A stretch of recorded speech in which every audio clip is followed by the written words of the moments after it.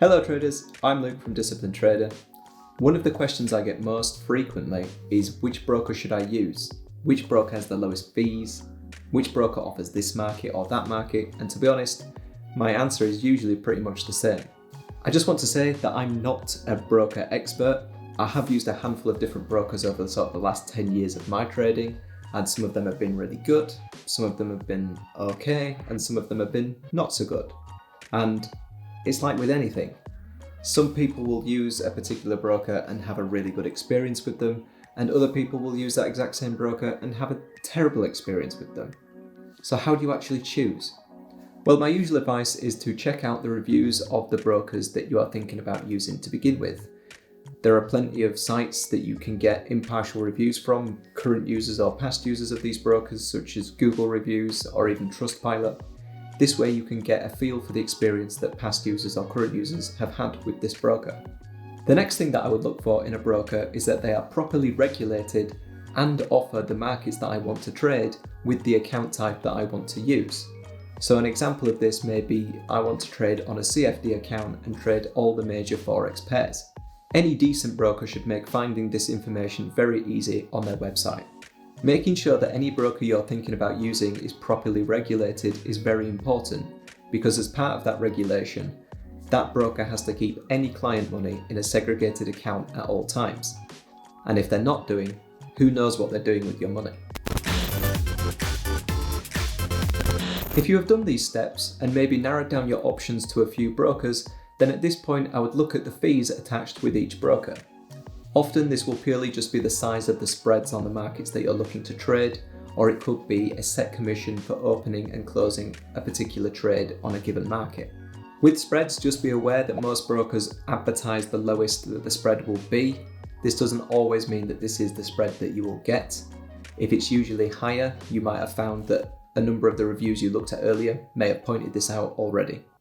The reason I don't really consider the fees charged by a broker up until this point is because I don't really mind paying a little bit extra for a much better broker experience.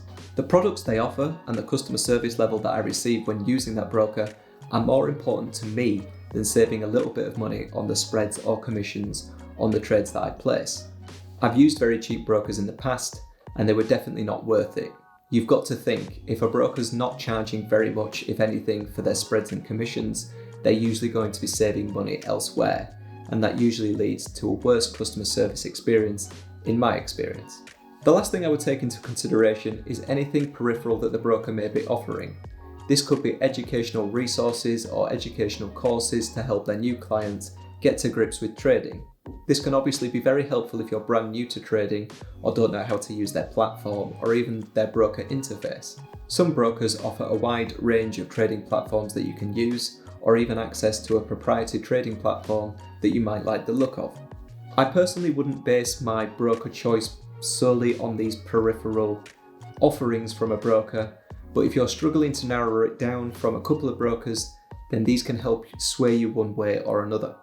And once you've made your decision, sign up and give them a go. But don't forget, you're not tied to that decision. If after a few weeks or a few months you're thinking that these are not that good and you're not that impressed, just leave and simply switch to another broker. Switching broker is really easy to do and doesn't take that long. So please don't feel like you've got to stick with your decision. So as a case study for you, I'm going to break down why I like ACY Securities and how I made that decision. The first thing I did was check the reviews online for ACY Securities. I could see on Google that the reviews were very good, and they were also pretty good on Trustpilot too. If they had reviewed poorly at this point, I simply wouldn't have bothered looking any further. There are so many brokers out there, you don't need to waste your time spending any more time looking at them if plenty of other people have had a bad experience with them already. What's the point? The next thing I did was check their website. Here I found they had the relevant regulation. They also offer a CFD account that I can use and trade the markets that I want to. This was all very easy to find on the website, as it should be. One drawback I noticed though was that they only offer a CFD account. So if you are based in the UK and want to trade on a spread bet account, you would need to look elsewhere. The next thing I checked was the platforms that I could use with their account. ACY offer compatibility with MT4 and MT5. As a lot of you know, I use TRADINGVIEW for my market analysis, so as long as I've got another platform to actually place my trades on and manage them, that's all I need. MT4 is obviously more than adequate for this. One thing I like as well is that they've made it very easy to access the browser-based MT4 platform for their account, which makes managing my trades in a web browser really easy. I really like that. Once I was happy with all that, I signed up for an account, which is a fairly standard process. They ask for all the relevant personal details and documents, make sure you understand the risks of trading a CFD account, and so on. This all took about 5 minutes to do, and then my account was opened later that day.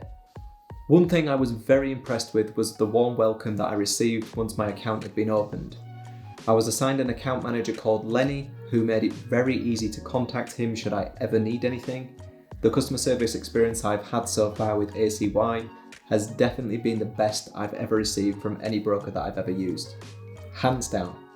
And that's where I'm at with ACY Securities. I've had absolutely no issues placing trades through their MT4 platform and no reason to contact Lenny with any problems, which I can do via WhatsApp, which I really like. So I hope that video has helped you when you next come to pick out a broker. If you want to check ACY Securities out, my affiliate link will be in the description below. Anyone who signs up using that link will also get my man Lenny as an account manager. So if you do sign up, please let me know what you think and how you get on. You can leave me a comment below or feel free to send me an email if you'd like. Thank you very much for watching, traders, and I hope